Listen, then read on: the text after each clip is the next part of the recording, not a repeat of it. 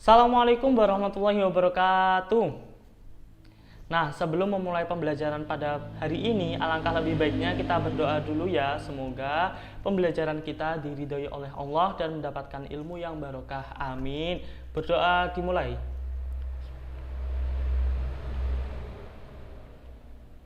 Berdoa selesai. Nah, alhamdulillah minggu kemarin kita sudah membahas tentang apa, anak-anak? Ayo, masa lupa? Apa? Aneka wujud benda sebagai anugerah Tuhan. Nah, bayangkan anak-anak, kalau di dunia ini hanya ada satu benda, gimana?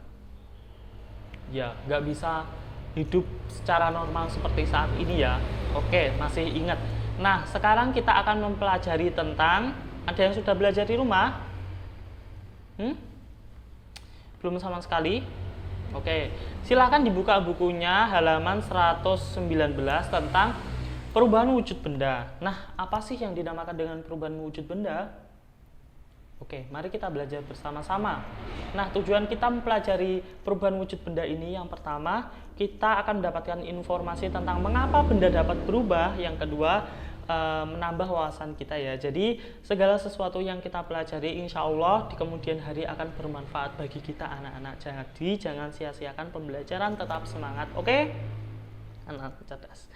Nah, pernah nggak kalian beli es krim terus sampai di rumah mencair? Pernah? Nah, itu merupakan salah satu apa? Perubahan wujud benda yang mulanya beku atau padat menjadi cair. Nah, itu salah satu contoh simpel-simpelan ya anak-anak. Yang kedua, pada saat mati lampu, apa yang kalian lakukan? Apa? Menyalakan lilin. Oke. Lilin itu kalau dinyalakan menggunakan api, lama-kelamaan akan meleleh. Itu juga merupakan salah satu perubahan wujud benda yang mulanya padat menjadi leleh. Oke. Nah, kalian kan sudah mengenal wujud benda apa saja? Padat, cair, gas. Oke. Dan juga mengenali sifat-sifatnya. Cair itu seperti apa, padat seperti apa, dan gas seperti apa. Insya Allah minggu kemarin kita sudah membahas. Nah, sekarang jikalau benda-benda itu meleleh atau mencairkan karena sesuatu, ada yang tahu nggak karena apa? Apa? Es krim meleleh tadi karena apa? Oke ya, karena kepanasan bisa. Waktu membawanya siang-siang hari lagi panas-panasnya menyebabkan es itu meleleh juga bisa. Karena suhu ruangan yang mulanya dia di dalam kulkas yang dingin menjadi beku, terus dikeluarkan menjadi tidak dingin lagi karena suhu ruangan itu panas siang-siang hari. Nah, benda dapat mengalami perubahan wujud jika benda tersebut dipanaskan atau didinginkan. Perubahan wujud apa saja yang akan terjadi? Nah, perubahan wujud benda di alam merupakan tanda kebesaran Tuhan Allah SWT. Marilah kita pelajari dengan semangat dan sungguh-sungguh. Oke. Nah, di halaman 120 cerita Lani nih teman-teman, yaitu tentang mencair. Yuk kita baca bersama-sama. Hari ini sangat terik, Lani membeli es krim bersama teman-temannya. Beberapa saat es krim menjadi mencair, berubah mencair. Mengapa hal itu terjadi? Mengapa? Karena ya bisa kepanasan maupun suhu ruangan. Bagaimana jika meletakkan es batu di luar? Tentu saja lama-kelamaan es tersebut akan berubah menjadi air. Bukan begitu juga ketika memegang coklat. Kalau kita memegang coklat pakai tangan, lama-kelamaan coklat akan meleleh karena panasnya tangan kita. Karena manusia itu memiliki suhu tubuh. Nah, itu tadi. Itu cerita dari Lani ya. Nah, ada beberapa pertanyaan-pertanyaan. Nanti silakan dikerjakan. Nah, di akhir dikumpulkan, besok kita bahas bersama-sama. Oke? Nah, sebisanya saja, nggak usah harus benar semua. Sebisanya saja nggak apa-apa, namanya juga belajar bersama-sama. Nah, benda padat jika terkena panas akan mencair. Peristiwa mencair tidak hanya terjadi pada es, namun proses mencair juga terjadi pada benda-benda padat lainnya. Apakah semua benda padat akan mencair dengan waktu bersamaan? Tentunya belum tentu. Tidak akan semuanya mencair dalam waktu yang bersama. Jadi kadang saat dipanaskan dengan suhu yang ukurannya sama dan bersamaan, cairnya tidak sama. Mengapa? Karena sifat-sifat benda yang mau dicairkan. Nah, kemarin Bapak sudah menyuruh membawa beberapa bahan. Yang pertama es batu, coklat, kapur, dan mentega. Gimana, sudah membawa? Ayo. Nah, seperti gambar ini, ada gelas plastik, ada es batu, ada mentega, ada coklat, dan ada kapur. Nah, langkah-langkahnya di buku tema ya. Yang pertama, masukkan setiap benda ke dalam satu gelas. Jadi setiap satu gelas itu dimasukkan satu benda. Setelah itu diletakkan di atas meja, dibawa ke luar ruangan seperti gambar ini. Nah, apa yang terjadi? Nanti diamati bersama-sama ya. Apakah semuanya akan mengalami perubahan secara bersamaan? Kita buktikan bersama-sama. Jangan lupa ditulis hasilnya, oke? Informasi ini anak-anak, bahwa tidak hanya es saja yang bisa dicairkan, akan tetapi besi pun juga bisa dicairkan. Bedanya es dan besi, kalau es itu waktunya tidak terlalu lama, tetapi kalau besi itu memerlukan waktu yang cukup lama dan suhunya itu lebih panas. Kalau es cuma dipanaskan menggunakan suhu kecil pun sudah bisa meleleh. Akan tapi kalau besi itu memerlukan suhu yang panas dan waktu yang lama, seperti gambar ini. Nah, begitu anak-anak. Nah, ada nih beberapa coklat, ada 3 coklat. Perhatikan bungkus coklatnya. Manakah coklat yang lebih berat? Ada 120 gram, ada 60 gram, dan ada 70 gram. Mana yang lebih berat? Oke, pinter. Setelah itu Lani hari ini berulang tahun.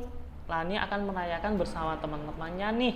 Nah, ibunya ingin membuatkan Lani kue ulang tahun. Yuk, yang mau tahu tata cara pembuatan roti ulang tahun, dibuka bukunya halaman 125.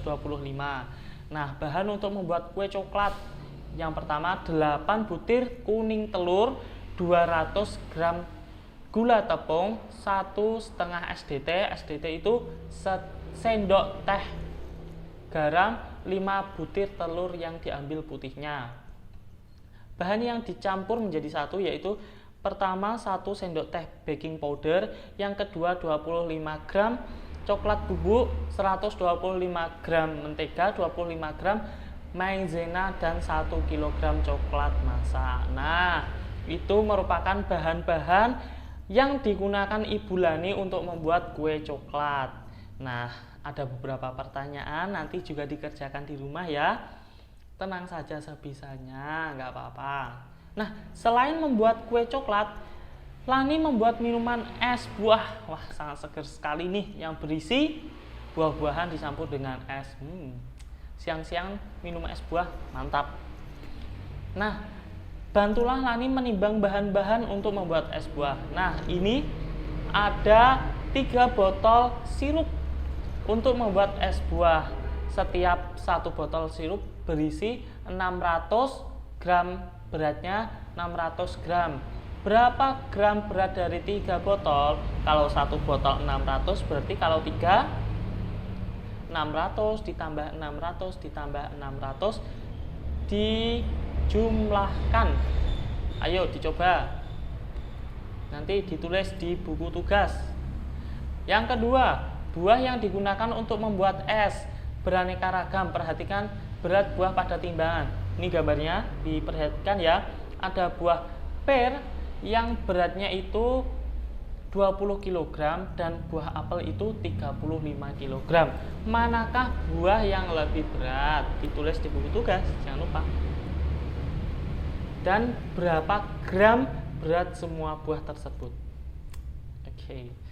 Selanjutnya, nah di Indonesia ini ada 2 musim. Kalau di negara lain ada lebih dari 2. Kalau di Indonesia ada musim panas dan musim hujan. Oke.